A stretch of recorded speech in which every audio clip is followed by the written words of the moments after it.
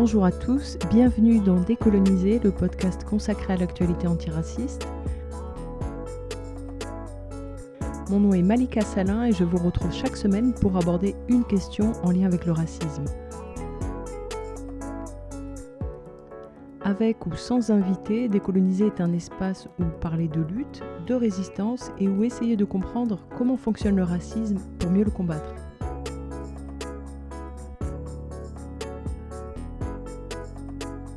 Aujourd'hui, on poursuit cette série consacrée aux deux poids deux mesures en France. Dans le premier épisode de la série, on a vu que, historiquement, en France, la règle pour traiter les blancs et les non-blancs, ça a été la différence de droit. Il y avait un code général qui s'appliquait aux blancs, et puis à côté, des codes annexes qui s'appliquaient aux non-blancs. Et puis, les codes annexes ont disparu après la Deuxième Guerre mondiale, et depuis, officiellement, c'est l'égalité de traitement. Mais dans les faits, quand on est non-blanc, on sait très bien qu'on n'applique pas les mêmes règles à tout le monde, que le même crime n'est pas puni des mêmes peines, que ce qui vaut aux uns de se faire arrêter n'est pas valable pour les autres. Ça, on le sent, on le pressent, on le voit, mais c'est très difficile de le prouver parce que différencier ethniquement, différencier racialement, c'est interdit. Si on fait ça en France, celui qui fait ça, il voit tout de suite ce qu'il va dire derrière, complètement disqualifié. Toujours dans cette série consacrée aux deux poids deux mesures, on a vu que être aveugle aux différences ethniques, raciales, donc au traitement inégal, en réalité, ça profite au racisme. C'est valable ça en France comme aux États-Unis. Et aux États-Unis, la loi, la police, la justice et les coutumes, ça produit en permanence des castes. Une caste de blancs et des castes de non-blancs. Et même une sous-caste, la sous-caste des condamnés, des prisonniers, des anciens détenus, c'est-à-dire tous les gens, comme on dit, défavorablement connus de la justice. Et chaque caste se voit appliquer des règles différentes. Ça, c'est vraiment la définition d'une société raciste. Et ce système raciste arrive à fonctionner parce que personne ne pense que c'est du racisme. Si on pose la question à l'Américain moyen, il dira que ce sont des actions de justice, des actions de police qui sont justifiées par la guerre contre la drogue ou par la guerre contre la criminalité. Ça, c'est une idée fausse. Et cette idée fausse n'est pas tombée du ciel. Pour arriver à convaincre la population de ça, les médias ont joué un rôle déterminant depuis les années 70. Ils relaient ce qui est un mensonge et une propagande d'État. Et ça fonctionne, parce qu'il n'y a jamais eu autant de Noirs et de Latinos détenus, mais personne ne pense que c'est raciste. Cette démonstration, c'est Michelle Alexander qui a réussi à la produire pour arriver à exposer cette organisation raciste de la société américaine. Il a fallu qu'elle revienne aux lois depuis l'esclavage, qu'elle observe le travail de police, le fonctionnement des tribunaux, la participation des médias et des politiques, et aussi la manière dont la société traite les prisonniers et les anciens prisonniers dans les politiques de logement, sur le marché de l'emploi, bref, dans la société en général. Si nous, en France, nous voulons regarder et décortiquer le deux poids deux mesures français, on va aussi devoir en passer par toutes ces étapes. Je propose de faire ça à la manière des ethnologues. Souvenons-nous, les ethnologues, ce sont ces scientifiques qui partaient à la rencontre de peuples dits primitifs au temps des colonies, et leur truc, c'était de décrire un groupe humain par l'observation en vivant au milieu de ce groupe. Ensuite, ils rentraient en Europe et consignaient tout ça dans des livres. Mais pendant la période d'observation, il fallait que la population soit tout à fait à l'aise, habituée à la présence de l'ethnologue pour que le scientifique arrive à les observer en train de vivre naturellement. Et lui notait tout ce qu'il les voyait faire, quelles étaient les coutumes, quelles étaient les habitudes, comment est-ce qu'ils fonctionnaient au quotidien. L'ethnologie, elle a mauvaise réputation parce que pendant une longue période, elle a trempé dans la classification des races, mais elle s'en est éloignée après un très long passage à vide. Aujourd'hui, c'est une science qui connaît un renouveau et il y a beaucoup d'ethnologues qui s'intéressent à des sous-cultures, à des groupes humains qui peuvent vivre dans le nord comme dans le sud. C'est-à-dire que c'est plus une science qui fait de l'exotisme. L'ethnologie aujourd'hui peut tout à fait s'intéresser à une communauté de gamers puisqu'ils forment un groupe humain et ils ont une langue et une culture en commun. Ce qu'il y a de vraiment intéressant avec la démarche de l'ethnologue, c'est que l'ethnologue comprend une culture en la regardant faire et vivre. Il observe, il lit, il écoute et à partir de tout ça, il va déduire les règles de cette culture. Et dans le cas qui nous intéresse, une société qui se raconte des histoires, c'est la démarche qui convient le mieux.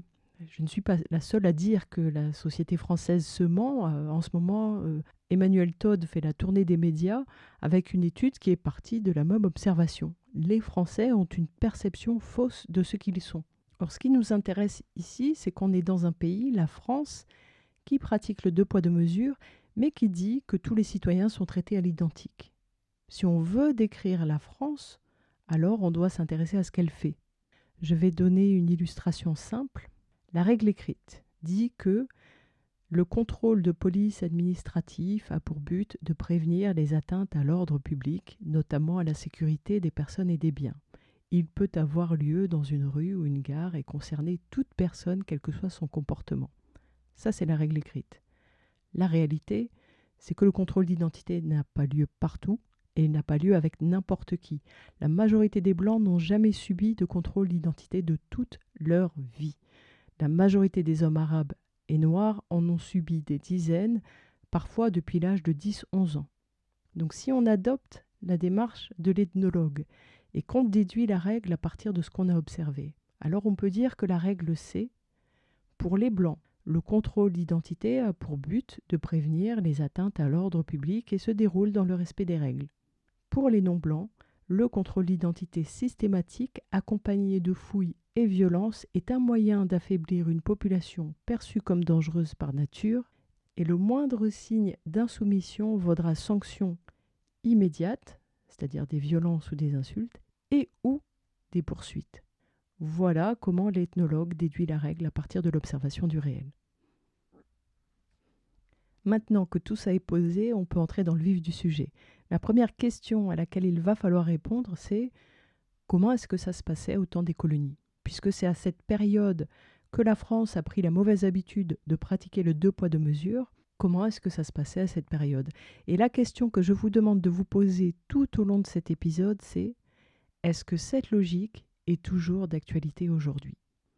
Une précision, je ne suis pas historienne. L'histoire, pour moi, ici, n'est qu'un moyen de reconstituer la manière dont la France gère les indigènes et leurs descendants. C'est-à-dire, je ne vais pas faire de la mythologie algérienne, je ne vais pas parler de libération pour flatter les égos.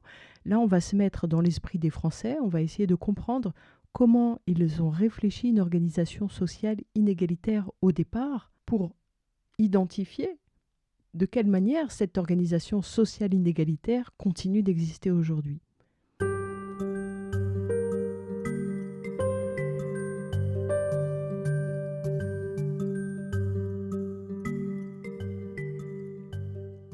Pour ça, on va revenir au début du 19e siècle avec le régime de l'indigénat. Je ne vais pas parler du Code noir parce qu'il y a des tas de gens qui en ont déjà parlé, qui ont écrit sur le sujet et qui maîtrisent très bien la question. Le Code de l'indigénat, il est un peu moins discuté, un peu moins connu, mais c'est normal parce qu'il était en vigueur il n'y a pas très longtemps. C'est encore tout frais.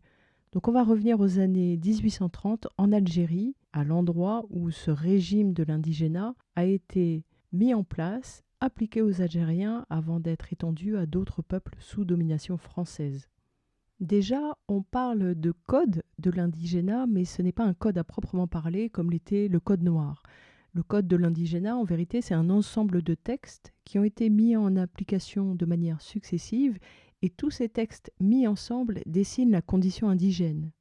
Mais il n'y a pas forcément en premier le texte voté, suivi de la mise en application. Parfois, le texte est là pour encadrer des pratiques qui existent déjà.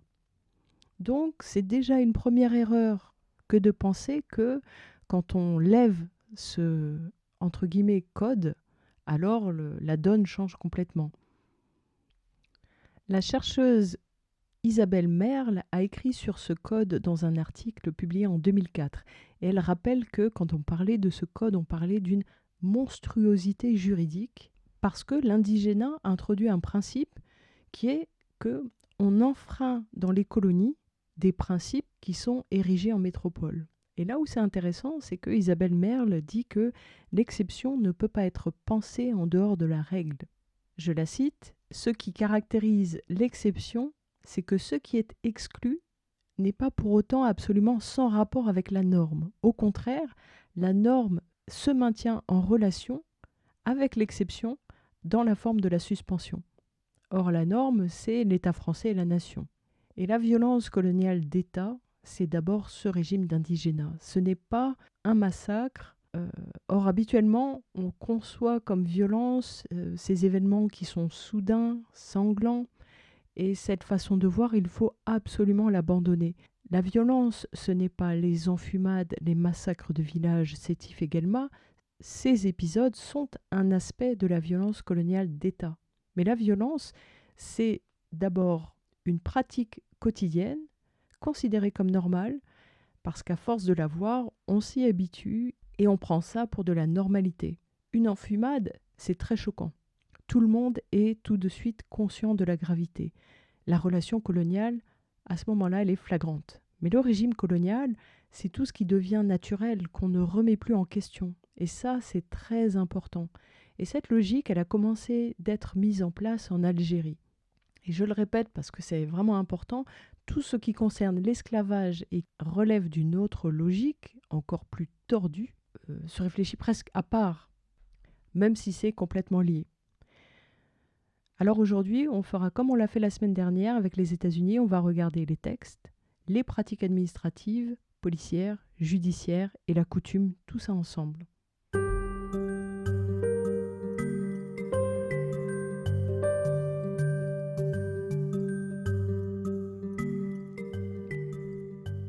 Les Français s'imposent en Algérie en 1830, mais ils ne sont réellement établis dans le pays qu'en 1834, qui est la date où ils mettent en place un gouverneur général qui va partager l'autorité avec les militaires. Comme la résistance localement est forte, les Français pratiquent le terrorisme et le meurtre de masse et des campagnes de violence extrême pendant 20 ans. Ils n'éradiquent pas la population, alors que certains parlementaires proposaient qu'ils le fassent. Ça, c'est parce qu'ils espèrent faire de la population une main-d'œuvre. En parallèle, ils installent une population européenne et mettent en place l'organisation administrative du territoire occupé. Donc l'autorité administrative dans ce territoire, c'est le gouverneur général. Il est sous l'autorité du ministre de la Guerre et il est l'officier le plus gradé, même si ses attributions vont évoluer selon les périodes. Parce que pendant toute la colonisation de l'Algérie, chez les Français, il y a deux logiques qui s'opposent, une logique d'assimilation à l'administration générale et celle d'une autorité locale avec l'unité d'autorité portée par le gouverneur général. Et quand l'autorité locale est favorisée, le gouverneur général a les pleins pouvoirs et il mène sa politique avec la confiance du gouvernement. C'est le gouverneur général qui est responsable des mesures nécessaires à la défense et à la sécurité de l'Algérie. En 1845, une ordonnance divise le territoire en 3 provinces. Les territoires civils d'Oran, Alger et Constantine, les territoires mixtes et les territoires arabes. Les territoires du Sud sont à part. L'administration et le budget des territoires du Sud sont distincts de ceux d'Algérie. Et ce qui va nous intéresser particulièrement, ce sont les territoires mixtes, parce qu'ils nous renvoient à la situation actuelle de certains départements français, à savoir une majorité non blanche et une minorité blanche. Et comment les Français vont réfléchir cette répartition qui est potentiellement dangereuse pour leurs intérêts. Cette ordonnance, elle crée aussi une direction des affaires arabes dans chaque division territoriale militaire pour traiter les relations avec les populations des territoires militaires, donc ceux dont relèvent les indigènes, et où les colons européens étaient presque absents. Le rôle de ces bureaux arabes, c'était, nous disent les Français, d'assurer la sécurité par le renseignement, la surveillance, les liens avec les notables. Ils devaient adresser à leur hiérarchie des rapports réguliers sur la situation politique, sur l'état de soumission des tribus, sur les impôts, la sécurité des communications, les crimes et délits, les amendes. C'étaient ces bureaux qui contrôlaient le fonctionnement de la justice musulmane et aussi celui des mosquées, et leur rôle était aussi de gérer le cantonnement des populations indigènes. Louis Massignon écrit que ces bureaux arabes, c'était le lieu où on étudie longuement, durement cette magnifique langue arabe, mais comme l'ingénieur militaire étudie les ouvrages défensifs pour la destruction. C'est l'endroit où on essaie de substituer à la langue arabe classique, organe de civilisation et de littérature musulmane, les dialectes partisans, organes de dissension locale. En gros, c'est s'immerger pour corrompre et trahir. Et dans l'organisation administrative, de nombreux services sont rattachés au ministre compétent, avec une exception. L'instruction publique est rattachée au ministre compétent, à part l'instruction publique musulmane. Même chose pour le service de trésorerie, même chose pour la justice et pour le service des cultes. Dans les faits, on est vraiment dans un régime militaire. Et les indigènes, même quand ils habitent en territoire civil, ils relèvent de l'autorité militaire. Ce n'est pas le cas des Européens. Concernant la justice, il y a 2 systèmes de justice qui coexistent. En territoire civil, dès 1834, des tribunaux sont créés à Alger, à Constantine et à Oran. Et les indigènes relèvent à la fois de cette justice et de la justice autochtone. En territoire militaire, la justice passe par les bureaux arabes, où il y a des commissions disciplinaires gérées par des généraux commandants, tandis que tous les délits et crimes qui sont commis par les Européens sont traités classiquement par les cours d'assises et les tribunaux correctionnels. La justice d'exception est consacrée par le Code de l'indigénat mis en place en 1881. La loi du 28 juin 1881 instaure en Algérie un régime juridique d'exception pour les populations autochtones. Il commence d'être appliqué dès 1881. Dans l'esprit des Guers, il est prévu pour 7 ans, le temps de la pacification. Et il est très, très rigoureux en matière de justice et de maintien de l'ordre. Les Guers pensaient qu'en 7 ans, ils auraient plié les Algériens. Ça n'a pas été le cas. Donc ces règles ont été maintenues pendant plusieurs dizaines d'années. Ce code prive les indigènes de leurs droits individuels et il sera ensuite généralisé à toutes les colonies françaises. Il y a un premier principe avec lequel ce code rompt, c'est le principe de personnalité des peines qui est un principe de droit pénal selon lequel on ne peut pas condamner une personne pour un fait punissable qu'elle n'a pas elle-même commis. Ce principe-là est refusé aux indigènes. À la place, il y a l'idée d'une justice répressive spéciale. Alors évidemment, quand on lit la littérature de l'époque, les Français avancent masqués et ils racontent qu'ils ont fait cohabiter 2 règles pour maintenir le système traditionnel des autochtones. C'est l'habituel respect des Français pour les cultures locales.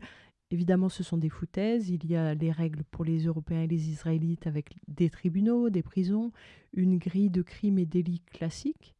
Et à côté, il y a des infractions que seuls les indigènes peuvent commettre, des infractions qui n'existent pas dans la législation française.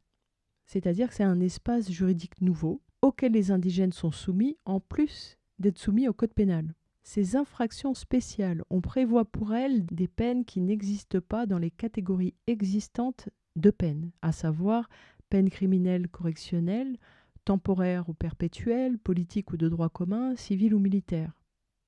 Or, ces peines peuvent être pour les indigènes, je le disais tout à l'heure, individuelles ou collectives. Donc ça enfreint la notion de personnalité des peines, qui fait qu'on ne peut être normalement sanctionné que pour un fait qu'on a commis. Autre point, ça viole la séparation des pouvoirs judiciaires et administratifs. C'est-à-dire que le pouvoir administratif peut rendre de la justice. Dans leur esprit, les Français sont en contexte de guerre quand ils mettent en place ces textes. En tout cas, c'est leur justification. Mais il ne faut absolument pas penser que c'est en 1881 que les pratiques commencent d'être mises en place. Dès 1834, le commandement militaire et le gouverneur disposent de pouvoirs exceptionnels dits de haute police. Ça leur permet de prononcer sans publicité, sans contradiction et sans défense 3 types de peines. Premier type de peine, l'internement. L'internement, ça peut être l'emprisonnement, l'assignation à résidence ou la déportation. Dans les faits, les gens pouvaient être transportés à Calvi, emprisonnés dans le pénitencier indigène de Lambèze ou mis en résidence surveillée dans un douar. Deuxième type de peine, l'amende individuelle ou collective. L'amende collective, c'est une mesure de guerre. Elle a été réglementée par une circulaire de Bugeaud en 1844. Elle va rester en vigueur jusqu'aux années 1940. Ça, c'est inconnu dans le droit français, la peine collective. Et ça donnait la possibilité au gouverneur général, aux officiers ou aux administrateurs d'infliger des amendes très lourdes à des douars ou à des tribus entières. Et encore cette manie des Français de faire croire qu'ils péchaient par excès de respect pour les us et coutumes locaux, Bugeaud disait qu'il faisait ça pour respecter la responsabilité collective existant dans la tradition musulmane. Et enfin, troisième type de peine, le séquestre. Les séquestres de biens fonciers ou de tout autre type de biens, c'est une mesure de guerre classique contre les groupes ou contre les États vaincus. C'est purement et simplement de la spoliation. Donc ces peines sont mises en place en 1934 et les premières années, beaucoup d'agents vont abuser, profiter de cette législation pour s'enrichir sur le dos des indigènes. Mais les Français, eux, ils cherchent la pacification, c'est-à-dire que si le ressentiment est trop fort, les gens vont se rebeller de nouveau. Or, les guerres cherchent un point d'équilibre avec suffisamment de répression pour mater la population, mais pas au point qu'elle se soulève. C'est pourquoi l'autorité va réglementer les séquestres et les amendes, et va publier une liste des infractions spéciales des indigènes soumises à amende, en précisant le montant de l'amende et quel agent peut infliger la peine. Des exemples de motifs. Refus d'obéissance aux ordres donnés pour les corvées, transports ou convois. Le refus d'accepter la monnaie française. La voie de fait contre les chaouches. Les désordres et discours séditieux. La révolte et la provocation à la révolte. Le non-respect de règles vestimentaires. Le non-respect de règles vestimentaires. Si on se demande pourquoi l'habit des Algériens a été tellement transformé en 1 siècle et demi. Les Français sanctionnaient le non-respect de règles vestimentaires. Je continue. Les interdictions de circuler, les retards dans le paiement de l'impôt, la désobéissance aux ordres donnés par les agents de l'administration, que ce soit pour des gardes de nuit, des corvées, des réquisitions d'animaux, de matériel, la participation à des transports, etc. Les comportements obligés de respect envers les forces publiques, la pratique de la sorcellerie ou le fait de s'accuser de sorcellerie entre indigènes. Ce qu'on retrouve là-dedans, c'est les sanctions dès lors que les indigènes ne respectent pas une certaine déférence, un respect à l'autorité de l'occupant qu'il faut manifester sous peine de se faire sanctionner. Certains de ces délits n'existent pas en France et des peines de prison et d'internement s'appliquent sur une vaste échelle et dans l'arbitraire le plus total. Donc là, ce sont 41 articles qui sont mis en application par les administrateurs civils des communes mixtes et par les juges de paix en communes de plein exercice. C'est donc une répression de proximité. Et ces 41 articles ont été fixés à partir de l'expérience dans les territoires mixtes. C'est donc le gouverneur général, celui qui est tout en haut de la hiérarchie, qui les met en œuvre. Ils sont appliqués en réalité par tous les échelons jusqu'à l'agent administratif qui est tout en bas de la hiérarchie. L'agent administratif. Je vous disais de vous poser la question tout au long de cet épisode, est-ce que c'est toujours d'actualité ? Parenthèse rapide, pour rappeler qu'aujourd'hui dans l'administration française, des agents administratifs vérifient l'identité et la validité des papiers d'identité des indigènes. Dans les universités, dans les centres de formation, même dans les administrations fiscales. Et une anecdote me revient d'ailleurs d'une agent des impôts au guichet de la taxe d'habitation à Toulouse, cité administratif, une agent prénommée France d'ailleurs, qui a fait un scandale parce que la femme qu'elle avait en face, qui était originaire d'un pays africain, ne présentait pas de papier en règle. Et l'agent administratif l'a menacée et a fait un scandale parce qu'elle soupçonnait que la femme était en situation irrégulière et elle exigeait des papiers. Je l'ai vu de mes propres yeux. C'est ça le régime de l'indigénat, parenthèse fermée. À ça s'ajoute le fait que le gouverneur exerce en Algérie des pouvoirs de haute police. Les pouvoirs de haute police, c'est la possibilité, sans contradiction ni débat, d'interner, de séquestrer ou de soumettre à amende.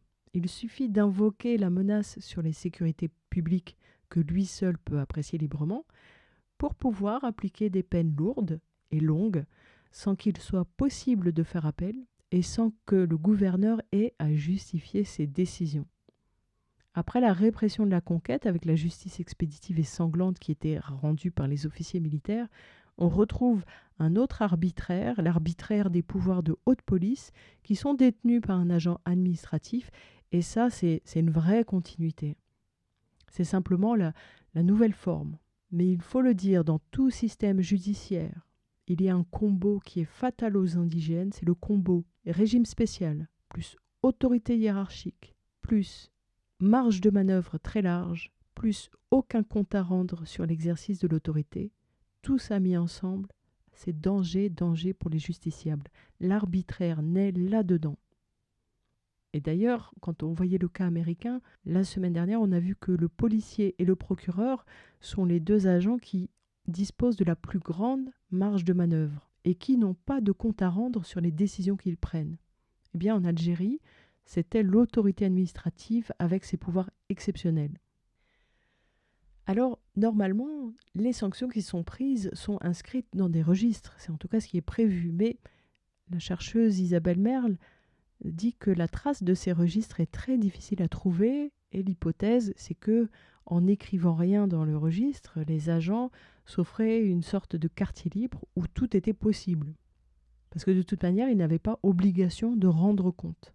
Quand on est obligé de rendre compte à une hiérarchie, on fait attention à respecter les règles. Donc cette liberté d'appliquer comme les agents le veulent, c'est là le cœur de l'arbitraire. Et c'est l'État colonial qui porte la responsabilité en créant des zones où l'arbitraire peut s'épanouir. Dans cette zone, les indigènes ne peuvent pas faire appel des décisions, les procédures ne sont pas contrôlées et la grille des délits et des peines est appliquée librement. Quel est le vrai mobile ? Eh bien, le régime de l'indigénat, c'est un instrument juridique, mais qui n'est pas mis au service de la justice.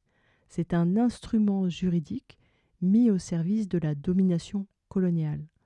Même si dans l'esprit des Français, la justice telle qu'elle est appliquée aux indigènes participe à les civiliser, c'est ce qu'ils disent, c'est une forme de sas entre la condition indigène sauvage et le droit commun, mais en réalité, c'est un instrument de soumission pour asseoir la domination sur les indigènes, pour les soumettre à l'autorité coloniale. Et plus les résistances sont fortes, plus la menace qui pèse sur les Guers est élevée, plus les mesures sont appliquées sévèrement. Et on aurait tort de penser que l'indigénat est mis en place par le texte. Les pratiques sont encadrées, canalisées par les textes. Il y a un autre point sur lequel il faut absolument insister, c'est que dans les infractions spéciales du régime de l'indigénat, il y avait des infractions qui existaient dans le code pénal. Donc vous allez dire, pourquoi les intégrer à ce code spécial ? Eh bien, pour pouvoir les sanctionner plus sévèrement. Les sanctions prévues y sont plus lourdes. Même délit, sanctions plus lourdes. Alors pourquoi ils faisaient ça ? En partie, c'est du danger de la cohabitation dans un espace mixte que naît ce besoin de l'État français d'appliquer un régime répressif, arbitraire et d'exception. Et il y avait aussi l'idée de travailler les corps et les consciences pour les modeler à force de répression. J'avais parlé il y a quelques années du seasoning en contexte d'esclavage, une pratique terroriste d'une cruauté sans nom qui visait à presque domestiquer, mettre au pas la population détenue. Avec le régime d'indigénat, on est toujours là-dedans, mais dans un système plus subtil, en apparence moins cruel, mais qui démolit les consciences plus sournoisement. Et d'ailleurs, le français a toujours dit que l'arabe est sournois. Ça nous rappelle que quand le français parle de nous, c'est sa mauvaise conscience qui s'exprime à haute voix.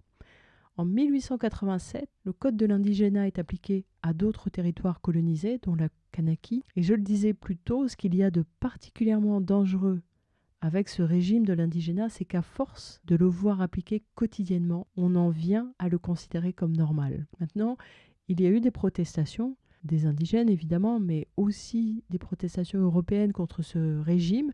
Ainsi, la Ligue des droits de l'homme avait déclaré que sous le fallacieux prétexte de respecter leurs us et coutumes, on a soumis les indigènes à un régime d'exception et d'arbitraire sous le nom de Code de l'indigénat. Par là, les indigènes sont soustraits aux tribunaux composés de magistrats et jugés par l'administration elle-même. On voit quel régime d'arbitraire c'est là, permettant à un administrateur jugé parti d'incriminer et de condamner un indigène pour actes irrespectueux et propos offensants. On voit quel excellent parti peut tirer contre un indigène un administrateur sans scrupules de la rubrique « bruit alarmant et mensonger ». Le seul remède à cet état de choses, c'est la suppression du code de l'indigénat. Les indigènes doivent être soumis au droit commun et soustraits à toute juridiction d'exception. Ils doivent être jugés par des juges et non par des administrateurs. 1907, une mission d'inspection en Kanaki observe que quand les infractions sont des infractions qui existaient déjà dans le code pénal, les agents qui répriment vont jusqu'à donner un autre nom. Ainsi, le vol par indigène devient un larcin. Les viols deviennent des troubles dans la tribu. Donc on retrouve bien là la patte française, ce goût de jouer avec les mots pour noyer le poisson. C'est le 7 mars 1944 que le Code de l'indigénat est abrogé. Le 27 décembre 1945, le journal de gauche Ce Soir annonce avec enthousiasme que l'abolition est prévue à partir du 1er janvier 1946. Je les cite. « Cette honteuse survivance des premiers temps de la colonisation permettant de frapper les indigènes de peine disciplinaire par mesure administrative, seuls les tribunaux réguliers pourront à l'avenir décider des sanctions en cas de délit commis dans les territoires d'outre-mer. Les démocrates luttaient depuis des années pour cette réforme. » La question qui se pose évidemment, c'est est-ce qu'on va nous faire croire que le 1er janvier 1946, le quotidien en Algérie a été transfiguré du fait de cette abolition ? C'est-à-dire du jour au lendemain, l'arbitraire a disparu, les pratiques ont été transformées ? Évidemment que non. Là est le moment clé où la législation en apparence revient au droit commun, mais la pratique perdure. C'est pas un hasard si c'est en 1946 qu'il est abrogé, puisqu'on est au sortir de la Deuxième Guerre mondiale et du génocide des Juifs d'Europe, génocide légal, et les doubles législations officiellement discriminatoires sont proscrites à partir de cette période. C'est pour ça que le Code de l'indigénat est aboli. C'est pas parce qu'on veut rétablir l'égalité entre les indigènes et les Européens en Algérie. Et s'il fallait 3 mots pour décrire la condition d'indigène, ce serait humiliation, injustice et arbitraire.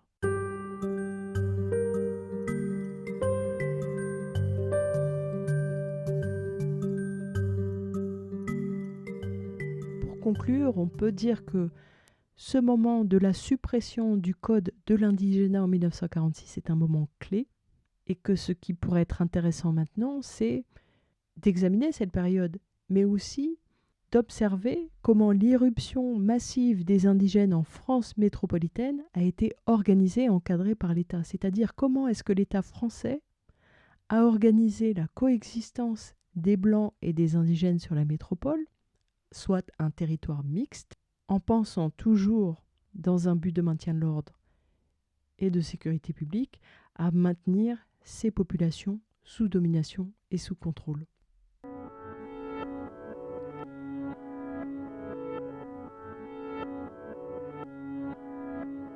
J'espère que vous avez passé un moment agréable. Si vous voulez réagir à l'émission, vous pouvez commenter sur la page Facebook Décoloniser ou sur Twitter à Décoloniser1. Pour vous abonner, rendez-vous sur le portail Anchor du podcast ou à décoloniser.org.